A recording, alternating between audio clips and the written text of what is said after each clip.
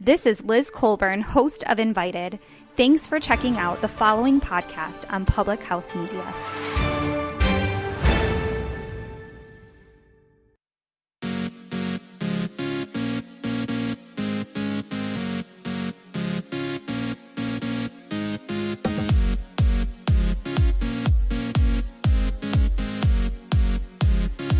She remembered who she was, and the game changed.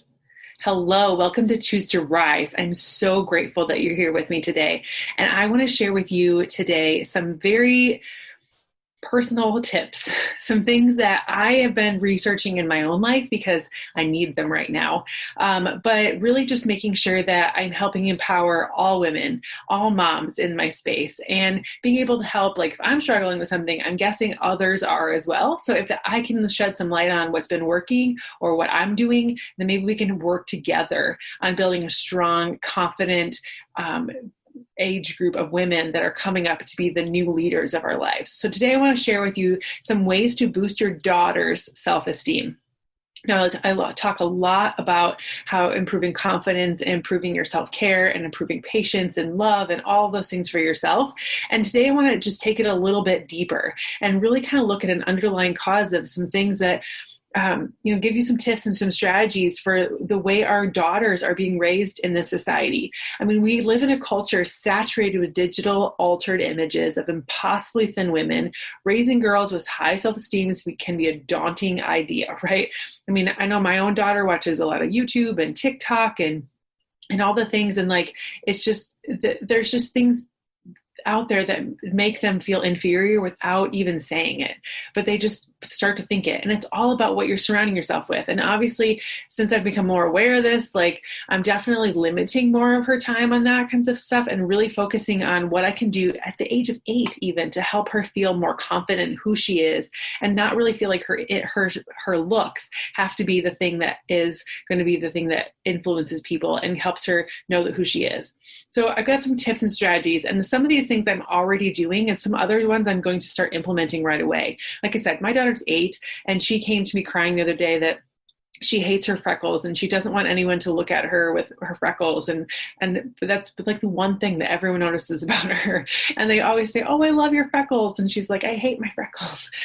Anywho, we're just going to work on confidence. And I'm always telling her, like, you just have to like, let that go. Like, other people are always going to have opinions, but it's really a deeper issue, I think. And I've really been doing some digging into what I can do differently, how I can reach her better, and I want to share them with you. So number 1 is model body acceptance. Moms have a huge impact on their daughter's body image. Like, don't ask things like, "Do these jeans make me look fat?" Or obsess about your food or obsess about your appearance, or and really avoid talking about like good and bad things and really talking more about like healthy and unhealthy situations, right? And so what you model, what you say, how you show up for yourself and your own self-care and how you talk about your body and how you talk about your certain things will be exactly what they think about them as well. It was one of the main reasons why in our house, we use the words healthy and unhealthy. We don't say like, "I had pizza, so I can't have dessert." We just say like, "I'm making this choice right now and I'm going to have a better choice later. I'm going to eat vegetables right now because it's healthy for me, and I'm going to treat myself with pizza tomorrow night." And so it's really a matter of teaching them healthy habits, but modeling that body acceptance, talking about how strong you are, talking about how, not necessarily about a thin or a size, but like learning to love who you are will be showing them how to, it'll be role modeling that body acceptance for them as well. The second one is to make your daughter media literate. And this is so important, like even way early. Like I said, my daughter's 8, and we're definitely talking more and more about this now than I ever thought we ever would. But watch TV with her, talk about what you see, develop a critical eye through like decoding and filtering media messages. Like talk about like, what do you think they're trying to say here? Or talking about like, how does that make you feel? Asking questions, helping her learn how to be critical, like filter things through a critical eye and really understanding what the message is and what her worth is, and that they're not always the same thing. Number 3, don't raise her as a people pleaser.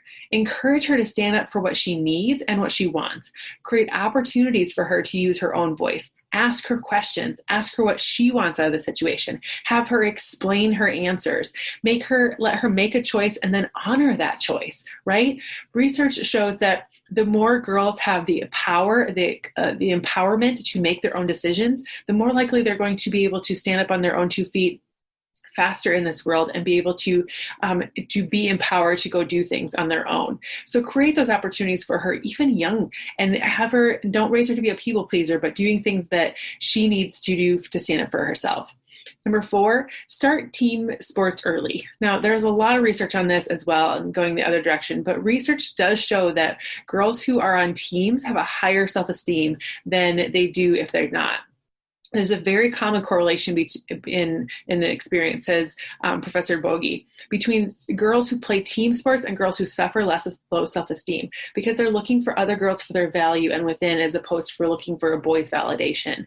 And so it's really important that girls learn to work together. They learn to create bonds. They learn how to work towards a goal together. And it really is, they can find success together, and they can really be empowered to go out and do bigger things and take those leadership skills that they learn and you apply them to the rest of life as well.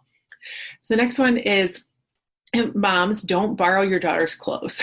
Now, my daughter's 8, so right now, that's not even a thing, but I'm definitely going to remember this, because if you want her to have her own style, her own look, you want her to be her own self, it's really hard for her to do that if you're taking her clothes and if you're trying to look thinner or be prettier or try to reach into society standards to look more like your daughter's age. So really own who you are, so she can own who she is, and life will get a whole heck of a lot better. Number 6, direct your praise away from her appearance. I think we need to really make a very conscious effort to balance our compliments about a girl's appearance with compliments about who she is and what she does in the world. This is the thing that my daughter was struggling with. She's like, everyone comments on my freckles.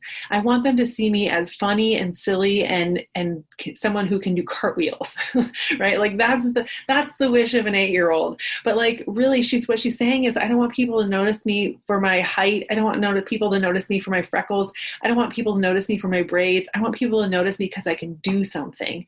And I want that for her too, right? And so the more I can compliment her on her character, the more I can compliment on her decision making, the more I can compliment her on all the things other than her appearance.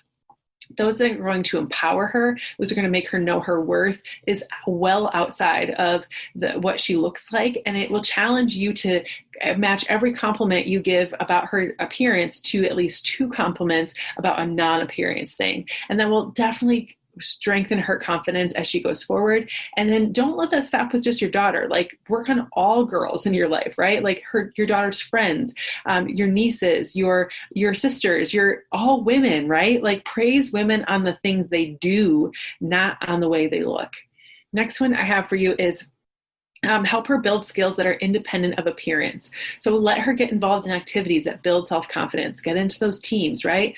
Rather than focusing on looking good and acquiring things, we should really get our girls into sports, into theater, into music, into art, anything that can really help them express themselves through words or creativity or activity, and through their appearance. And though their appearance, and that's a second nature, right?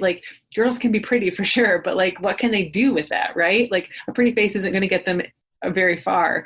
But we want them to use their brain. We want to use their skills and their abilities to get through life. Because we all know that the world is definitely not a place that women are always seen as equal. And so if we can give our girls the ability to be confident in who they are, to know their self-worth and not let anyone else cut them down, and to really hone in on who God made them to be, we're setting them up for success.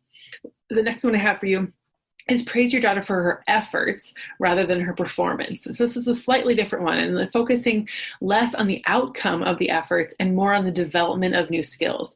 So a lot of times when we're talking in our house about something hey, you did a great job in the game tonight, or hey, you did a fabulous job at dance class. What I loved seeing was that you were supporting your teammates. What I loved seeing was that you helped her up off the floor. What I loved seeing was that how you gave your friend a high five, and just doing those kinds of things. I also love that you drove to the basket, you let go of that fear or whatever it might be, but really taking less off of the effort, or less off of the outcome and more on the effort and the development.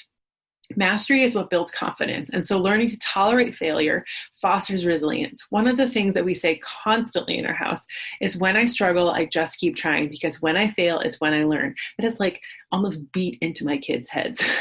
It's just something we always say. And so it's one of those things where they just know that failure is going to be an option, and failure is what's actually going to get us farther along. And hopefully we're building a lot of resilience in them. Number 10, be careful about magazines that you have in the house. I don't have any magazines in my house, but what I have on my social media, should we share the same Apple ID? So the pictures she sees on my phone, on her phone. But research says that after 15 minutes of looking at a fashion magazine, your mood shifts from curiosity, enthusiasm to comparing yourself and putting yourself down. So even if it's not magazines, maybe it's the YouTube, maybe it's TikTok, maybe it's whatever social media, Instagram, whatever it might be that your daughter is looking at and and exposing herself to, that you know and understand what it is and what it looks like, and you can help her find positive people to follow, or you can help her find positivity in the situation and not always comparing herself. The next one I have for you is just for all moms, all women everywhere. Okay. Whether you have a daughter or a son or whatever it might be, don't trash talk other women. Okay. Just bottom line, like that is just like the unforgivable sin. Don't trash talk other women, and don't let boys and men in your household do it either. Don't let kids tease each other about food or looks. Don't let any of that stuff go down. Like, it's super harmful. And the more you trash talk other people, the more they think it's okay to do it too. And so it's super important that we never trash talk women. We never let the boys and the men in our lives do it either. And that we never try to tease our kids on their food or their looks or anything that we can make shameful in their life that is going to harm them in future decisions as they go down the road. Be positive. Be a positive role model for your children. Number 12, this one's for dads, okay? This one, 100% for dads. Don't treat your daughter like a damsel in distress. And this really can be for moms too, I guess. But like every single time we try to think that she's fragile or she's helpless or she's just this little thing, like, oh, she's daddy's little girl, right? Or she's mommy's little girl. Every time that you put her in this fragile little helpless box, your role is to look good, or your role is, you're putting her in a role where she feels like her role is to look good so a man will sweep you and save you. Instead, give her the opportunity and the tools to change her own tires, to speak up in her own voice, to validate who she is as a woman, and to know that even if she's 8 years old, that she is loved and valued and she can do anything that she puts her heart and mind to. Help her play sports, help her to brush herself off and get back up. Help her to, know and be appreciated in who she is. I think it's a really good measure to say that if I would do it to my son, I should be prepared to do it with my daughter, right? Girls can do anything boys can do, and possibly better. And the last tip I have for you is that no matter what, you need to show her that you love her unapologetically, right? She needs to know that you love her no matter what her appearance is, no matter how she dresses, no matter how she might perform at something. Because even though our kids are reliant on their peers for feedback in their teens, what their parents think of her, it matters just as much as it ever did in the past. So I really want you to think about, how are you showing up in your world for your daughter? How are you role modeling things for her? What are you talking about around her? How are you shaping her thoughts and her belief systems about herself and other women and the abilities of women showing up in the world? I hope and pray that you are doing a good job at it. And if you're not, like, none of us are perfect, right? I know I'm not doing a fabulous job at it. That's why I'm researching these things. That's why I'm trying to figure out how I can best support her and help her even at the age of 8. So I hope and pray that one of these tips and strategies has helped you. I know the one thing that we're going to be doing more of is definitely handing out more compliments on effort and ability, and really trying to focus in on really helping her find her niche and her passions and what the things that she loves doing every single day. So thank you so much for joining me today. And if you love this podcast, please tell other people about it. Send this to a friend, tell other moms who have young girls. Let's talk about this. Let's help change the next generation and help them be more confident in who they are, so we can raise strong women to raise more strong women as we move forward in life. Have a great day, everyone.